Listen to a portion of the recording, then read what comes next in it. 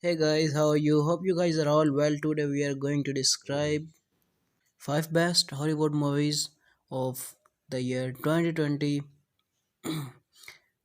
Before starting, subscribe my YouTube channel if you are new here and let's begin the video. On number 5, the movie Sonic Hedgehog.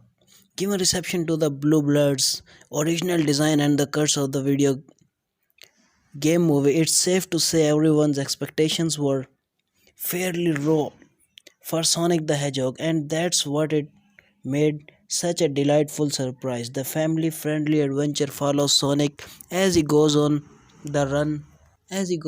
From the wild Dr. Robotnik who wants to harness his power. Ben Schwartz is perfect noise for Sega's mascot cracking jokes almost as quickly as he moves, but it's Jim Carrey's maniac performances Robotnik that steals every scene. Sonic's super speed makes for some worthwhile action, and his charisma makes for an entertaining hero. On number 4, we rate the movie Birds of Prey and the fantabulous emancipation of one Harley Quinn. While Suicide Squad was not exactly well received, Margot Robbie as Harley Quinn was an undeniable standout, so it was only natural to see her return. Only this time DC did not restrict her with the PG-13 rating. Birds of Prey sees Harley sucked into a war between an eccentric psychopathic crime lord and woman trying to take him down. The action sequences are sleek and brutal, the character dynamics often strained and hilarious. Ewan McGregor as the slimy skin crawling black mask serves as proof that he needs to be a villain more often, but more important is how Birds of Prey reminded moviegoers that Harley Quinn is a lot better off without the Joker. On number 3, The Assistant. If you're looking for a top psychological thriller that explores a familiar space, look no further than The Assistant. Ozark's Julia Garner shines as Jane, a recently hired assistant at a powerful entertainment company he wants. Following one day in her life, the film navigates workplace abuse, harassment, and sexism, both subtle and overt, coming in the wake of the Me Too movement. It's a deep dive down the rabbit hole of systematic oppression, showcasing just how deeply rooted the problem is. Tension is palpable from the get go, and it's kept at just the right level by up and coming writer director Kitty Green. On number 2, The King of Staten Island. Talk about a comedy dream team directed by Jed Apatow. The King of Staten Island brings together Patty Davidson, Philbur Marissa Tomei, and Steve Buscemi.